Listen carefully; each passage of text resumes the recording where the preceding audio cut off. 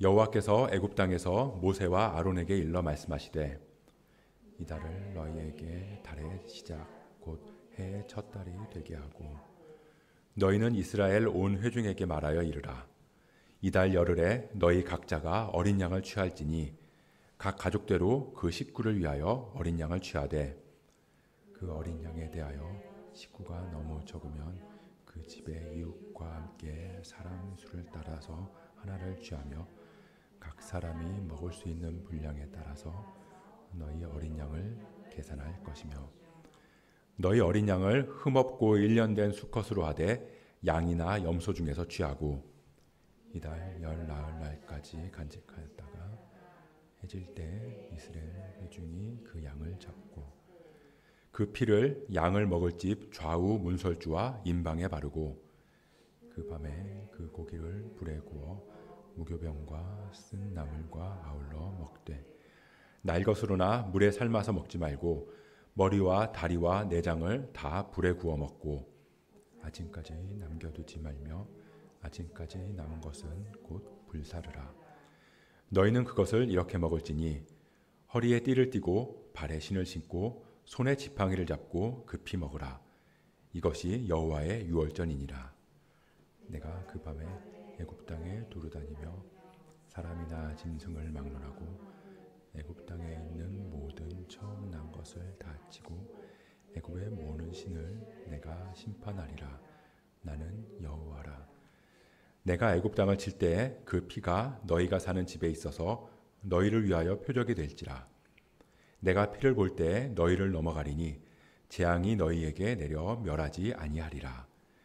너희는 이날을 기념하여 여호와의 절기를 삼아 영원한 규례대로 대대로 지킬지니라. 아멘.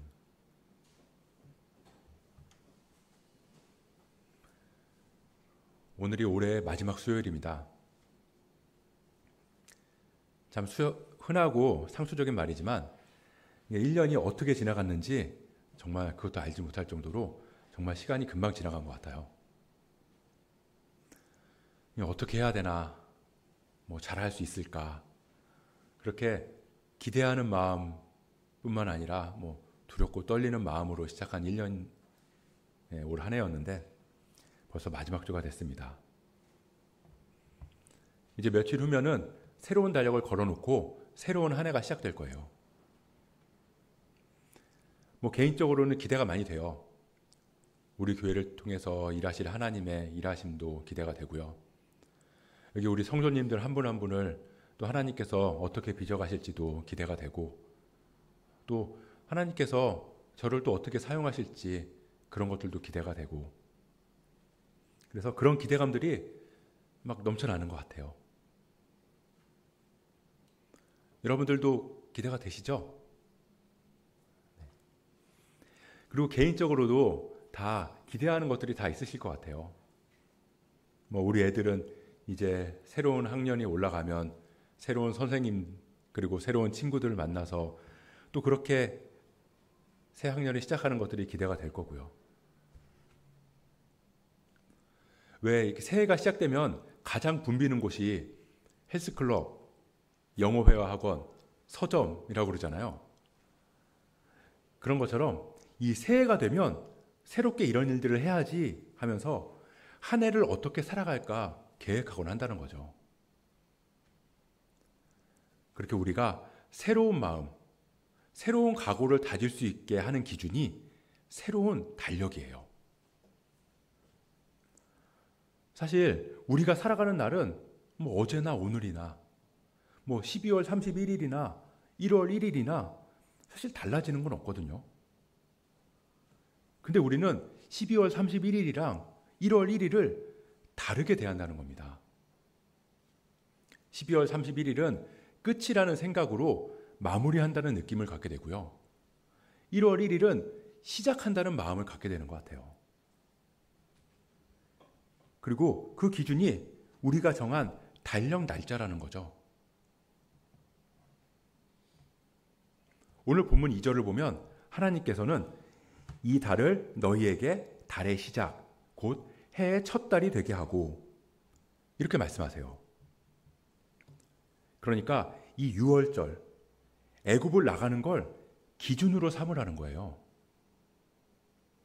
한마디로 달력을 새로 만들라고 하는 거죠. 이 날이 시작이 되게 하라는 거예요. 근데 이건 그냥 단순하게 날짜 계산하는 방법을 바꾸라는 얘기가 아니에요. 제 기억에 제가 어렸을 때 신정하고 구정 그러면서 신정도 지키고 구정도 지켰던 것 같거든요. 신정이 조금 더 길었었고요. 구정은 좀 짧았었던 것 같아요. 그러다가 언제부턴가 구정이 좀 길어지더니 신정은 하루 정도 쉬는 날로 바뀌고 거의 대부분 구정을 지키는 걸로 바뀐 거죠. 뭐 역사적인 이유가 있지만 뭐 신정이 설날이냐 구정이 설날이냐 그걸 놓고 바꾸는 데만도 상당한 시간과 의견 차이가 있었다고 하더라고요. 이 설날을 옛날 설날, 새로운 설날 그래가지고 신정, 구정 이렇게 부르다가 구정을 설날이라는 명칭으로 바꾸면서 이 구정이라는 말 자체를 없애려고 엄청나게 노력했다는 거예요. 그러니까 한 해의 시작을 어느 날로 잡느냐, 신정으로 하느냐, 구정으로 하느냐, 그것도 쉽지 않다는 거죠.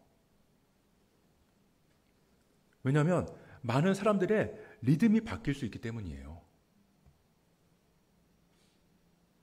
그런데 하나님께서는 400년 넘게 애굽의 달력을 기준으로 살아가던 이스라엘 백성들한테 이제 너희 설날을 바꿔라 이렇게 말씀하신 겁니다. 이 달이 너희 해의 첫 달이 되게 하라. 이건 말씀드렸듯이 그냥 단순히 날짜를 며칠 조정하는 정도가 아니에요. 새로운 역사의 시작을 의미하는 거예요. 삶의 리듬이 바뀌고 정서가 바뀌는 거죠. 그러니까 기준을 완전히 바꾸라고 하시는 겁니다.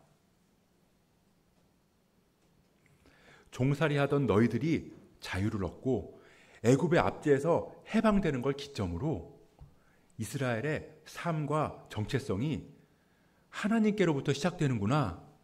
이걸 깨달으라는 거죠. 그 말은 하나님의 역사로 새롭게 시작된 이스라엘처럼 죄의 압제에서 해방되고 구원의 자유를 누린 우리 역시 모든 삶의 정체성이 하나님께로부터 시작되어야 함을 보여주시는 겁니다. 다시 말하면 우리의 삶도 하나님과 함께함으로 새롭게 시작되고 그 기준으로 살아야 한다는 거예요. 이 모세를 보면요. 물론 하나님께서 모세의 삶을 인도하셨지만 만약에 모세가 하나님을 모른 채로 평생 왕궁에서 왕자로 살아갔다면 어땠을까요?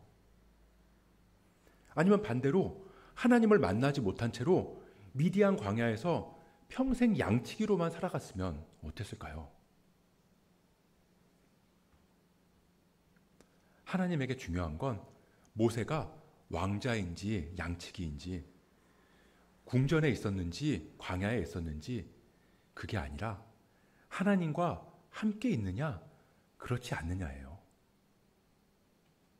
모세가 혈기왕성한 40살이냐 나이가 많이 든 80살이냐 그게 중요한 게 아니라 하나님과 동행하는 그때부터 하나님은 모세를 통해서 역사를 이루어 가신다는 거예요. 그러니까 하나님 없이 삶의 의미와 방향도 제대로 모른 채로 그저 열심히만 살고 있는 게 잘 사는 거라고 생각하고 있지는 않은지 돌아봐야 한다는 거죠. 우리는 어떤가요? 이제 며칠만 지나면 새로운 한 해가 시작되는데요. 우리가 이것저것 새로운 일들을 준비하고 각오하고 계획하고 있지만 거기에 하나님이 빠진 건 아닌지 점검해 봐야 한다는 겁니다. 점검해 봐야 한다는 겁니다. 근데 감사한 건요. 우리가 새 날을 만들어가는 게 아니라 하나님께서 우리한테 새 날을 제정해 주셨다는 거예요. 하나님께서 이스라엘 백성들한테 이달을 너희의 첫 달이 되게 하라. 그렇게 선언해 주신 거죠. 그러니까 다른 말로 하면 하나님께서 우리와 함께 시작하는 그때를 역사의 시작으로 여기시겠다는 거예요. 하나님은 완전하시고 당신의 뜻대로 역사를 이어가실 수 있는데도 우리를 포기하지 않으시고 내 백성인 너희와 함께 하겠다. 너희들과 함께하는 그때부터 역사를 새로 써내려 가겠다. 하나님은 그만큼 우리를 소중히 여기시고 우리와 함께하고 싶어 하신다는 겁니다. 하나님이 동행해 주시면 그 사람이 지금껏 어떻게 살았든 그건 중요하지 않다는 거예요. 하나님을 만나고 하나님과 동행한다면 그날부터 하나님께서는 이날이 너의 첫날이 되게 하라. 그렇게 말씀하시면서 우리의 역사를 새로 써내려 가신다는 겁니다. 그러니 이만한 은혜가 어딨냐는 거예요. 나는 망한 것 같은데, 나는 더 이상 가망 없고 희망 없고, 그래서 세상에서는 점점 가치 없고 그렇게 의미 없는 삶을 살아가는 것 같은데, 그래서 점점 작아지고 소외되는 것 같은데, 하나님께서 나를 만나주시는 순간 그날부터 하나님은 우리의 이전은 묻지 않으시고 우리의 인생을 하나님 안에서 새롭게 하신다는 거예요. 하나님께서 이달이 너의 첫 달이 되게 하라, 이렇게 말씀하셨어요. 근데 하지만 아직 종살이 하던 모습은 그대로고 힘들고 고달픈 노역은 계속되고 있지만 하나님께서는 이미 이스라엘 안에서 일하고 계신 것처럼 우리한테도 이날을 너희의 첫날이 되게 하라 라고 말씀하셨지만 여전히 우리의 모습은 그대로고 삶은 변할 것 같지 않고 힘들고 고통스러운 삶이 이어갈 것 같더라도 하나님께서는 이미 우리 안에 새로운 역사를 시작하셨다는 걸 잊지 말아야 된다는 겁니다. 하나님은 그만큼 우리와 함께하고 싶어 하세요. 하나님이 세상을 창조하셨을 때 이 천지 만물을 다 만드시고 마지막에 사람을 지으신 다음에 안식일을 정하셨잖아요. 이 하나님을 닮은 형상으로 빚어진 사람이 하나님과 함께하는 그 시작을 하나님께서는 역사의 시작으로 여기시고 안식일을 정하셔서 의미를 주셨다는 거예요. 그리고 신약에 와서도 주일도 마찬가지죠. 그리스도께서 우리를 교회의 몸으로 부르시고 교회의 머리가 되겠다고 말씀하셨어요. 그 말은 머리랑 몸이 떨어질 수 없는 거예요. 몸이 떨어져 나가면 머리도 살 수 없는 것처럼 주님은 우리랑 결코 떨어지지 않겠다는 의미로 우리와 하나가 되시기로 한 거예요. 그러니 그리스도의 부활이 우리의 부활이고 주님의 날인 주일이 우리에게는 거룩한 날이고 그날이 우리가 새롭게 태어나는 작은 부활절, 우리 역사의 시작이 될 수 있다는 겁니다. 그만큼 하나님께서는 우리를 구원하시고 우리와 함께 하나님의 역사를 시작하기를 원하시는데 그럼 우리는 뭘 할 수 있을까요? 구원도 하나님이 하신 거고 우리를 찾아와 주신 것도 하나님이 먼저 찾으신 거고 그 역사의 시작을 새로 제정하신 것도 하나님이시라면 그럼 우리는 뭘 해야 하느냐는 거죠. 우리가 해야 하는 건 그걸 믿음으로 고백하는 거예요. 7절입니다. 그 피를 양을 먹을 집 좌우 문설주와 임방에 바르고 하나님께서 그 가족대로 흠없고 1년 된 어린 양을 잡고 그 피를 문설주랑 임방에 바르라고 하셨어요. 그러면 13절을 보면 그 피를 바른 집은 재앙이 내리지 않는다. 그냥 넘어간다. 그렇게 말씀하세요. 근데 궁금한 게 하나님께서는 집에 피를 바르지 않으면 이스라엘 백성들을 모르시나? 하는 거죠. 분명히 우박재앙도 그렇고 흑암재앙도 그렇고 이스라엘 사람들이 거하는 곳에는 재앙이 피해갔거든요. 그럼 하나님은 당신의 백성들을 다 아신다는 거잖아요. 근데 왜 굳이 양의 피를 문에 바르게 하셨을까? 그건 피를 바르지 않으면 하나님께서 모르셔서가 아니라 하나님이 우리를 구원하시고 우리의 하나님이시라는 것. 우리를 대신해서 피값을 치르심으로 우리를 보호할 것이라는 것. 그걸 우리가 확신하고 믿고 있느냐? 우리가 하나님 앞에서 그 믿음으로 반응하기를 원하시는 거예요. 제가 어렸을 때 참 궁금했었는데요. 왜 하나님이 우리의 머리카락 수까지 다 세신다고 그러잖아요. 내가 태어나기도 전부터 내 이름을 아신다고도 하시고. 근데 왜 나는 기도해야 되나? 다 아시는데. 아니, 내가 기도하지 않아도 내 필요를 다 아실 거고 내 마음도 다 아실 건데. 근데 왜 굳이 기도를 하라고 하신 걸까? 그래서 어렸을 때는 그게 참 궁금했어요. 근데 이것도 마찬가지예요. 물론 하나님께서는 우리의 필요도 다 아시고 우리의 마음과 생각도 다 아시는 분이지만 우리의 모든 필요를, 문제를 해결해 주실 수 있는 분이 하나님이시고 우리의 모든 필요를 채워주실 수 있는 분도 하나님이시고 우리의 삶을 주관하시는 분 역시 하나님이시라는 것을 믿음으로 고백하는 행위인 거죠. 그래서 하나님은 우리를 다 아시지만 그리고 성령님께서 우리의 기도 이전에 말할 수 없는 탄식으로 우리를 위해 중보하시지만 그럼에도 우리는 하나님 앞에 우리의 무릎을 꿇고 눈을 감고 손을 모으고 우리의 입을 열어서 하나님께 우리의 믿음을 고백하는 겁니다. 하나님이 우리의 하나님이심을 말이죠.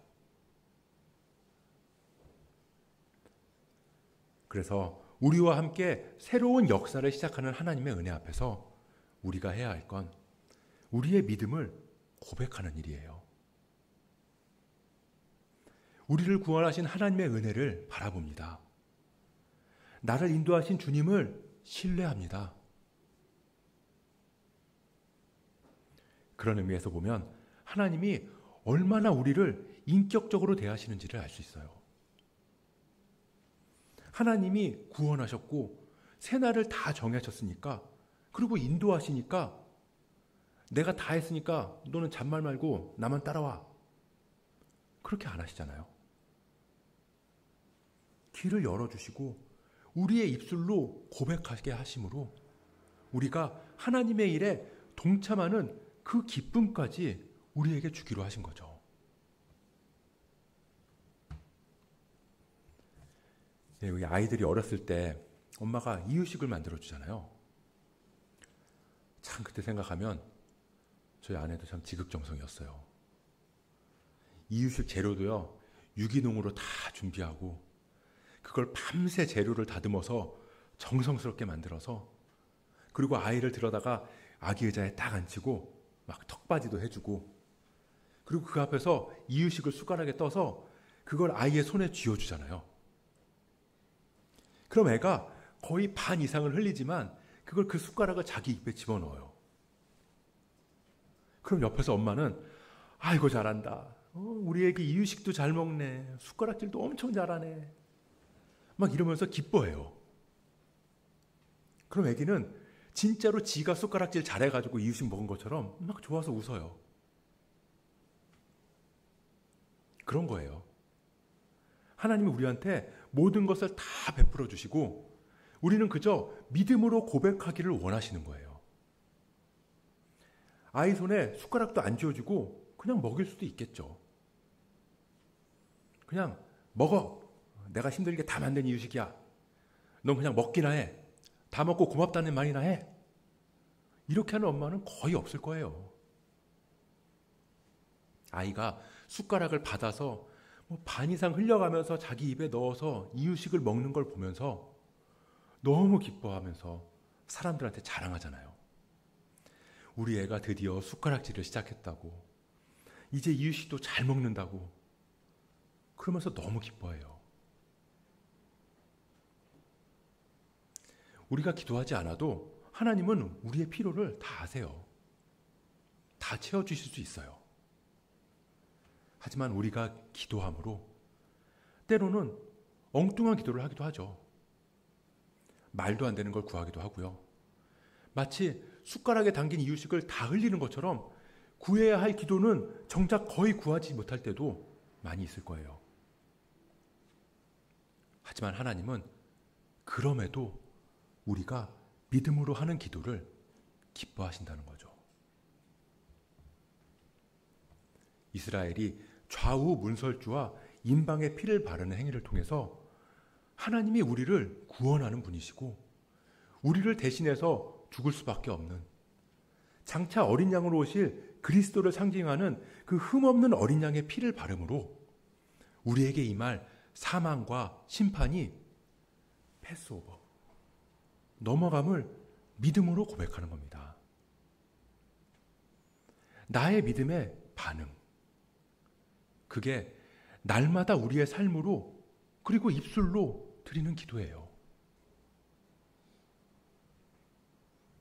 그렇게 하나님께서 우리의 역사를 새롭게 시작하시겠다고 선포하셨고 우리의 믿음으로, 우리는 믿음으로 고백했는데 정작 우리의 삶은 달라진 게 없을 때가 있다는 겁니다.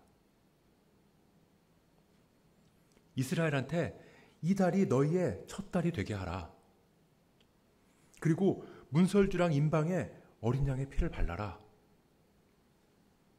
근데 11절을 보면 너희는 그것을 이렇게 먹을지니 허리에 띠를 띠고 발에 신을 신고 손에 지팡이를 잡고 급히 먹으라. 이것이 여호와의 유월절이니라. 허리에 띠를 띠고 신발을 신고 지팡이를 잡고, 그러니까 복장을 다 갖추고 급하게 먹으라는 거예요. 그리고 이게 유월절이래요. 무슨 말인가? 야, 니들이 민기적거려가지고 너무 늦었어. 야, 대충 빨리 먹고 빨리 가자. 이런 걸까요?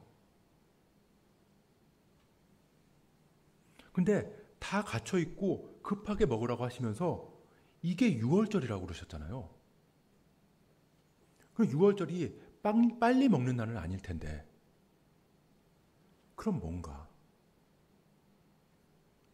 이건 급히 당장에 너희들이 생각하지도 못한 때에 바로 나갈 수 있다, 그런 거예요.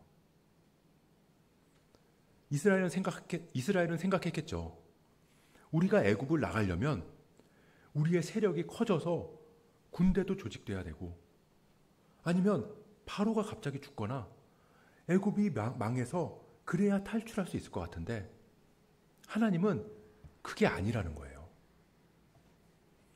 너희들이 기대하지도 않는 순간에 바로 어제까지 아무 일도 없는 줄 알았는데 오늘 역전을 이루시는 하나님. 우리는 가능성이 보이지 않고 막막하고 답이 없어 보이지만 그럼에도 하나님께서는 지금 당장이라도 하나님의 뜻을 이루실 수 있다는 걸 보여주시는 거예요. 구원이란 이런 거다. 애굽에서 종살이하는 너희들, 애굽에서 종살이하던 그 노예들, 그들이 무슨 자유가 있고 무슨 권리가 있겠어요? 그럼에도 하나님께서는 말씀하시는 거죠. 당장이라도 나갈 준비를 하고 먹어라. 당장이라도 내가 모든 상황을 바꿔서 이룰 수 있음을 기대해라. 그리고 그게 너희의 유월절이다. 허리에 띠를 띠고 신발을 신고 지팡이를 짚고 등에 짐을 잔뜩 메고 그리고 유월절 음식을 먹고 있을 때 어쩌면 이스라엘 백성들한테는 이런 생각이 들었을지 몰라요. 이 무거운 짐을 왜 들고 있어야 하나? 언제까지 들고 있어야 되나? 너무 힘들다. 너무 무겁다. 진짜 그날이 오기는 하는 거야. 아무 기미도 보이지 않는데 우리가 하나님의 인도하심을 믿음으로 고백하지만 우리한테도 무거운 짐들이 어깨에 짊어져 있어요. 언제까지 이 무거운 짐 짊어지고 살아야 되나? 너무 버겁다. 전혀 해결될 것 같지 않은 상황들. 아무리 해도 변하지 않는 그 사람. 이제 다 끝난 것 같고 아무 희망도 보이지 않는 그때지만 하나님은 말씀하세요. 너희를 구원하고 내 안에서 새로운 역사가 시작되는 그날이 바로 오늘이다. 너희는 가만히 서서 나의 뜻을 이루는 걸 잠잠히 보아라. 그리고 이것이 너희의 유월절이다. 하나님은 하나님의 때에 하나님의 방법으로 하나님의 백성들을 인도하세요. 하나님의 역사를 이루어 가세요. 그래서 지금은 비록 가능성 없어 보이고 지금은 비록 절망 속에 있는 것 같아 보일지라도 하나님께서 절대 우리를 포기하지 않고 붙잡고 계신다는 것.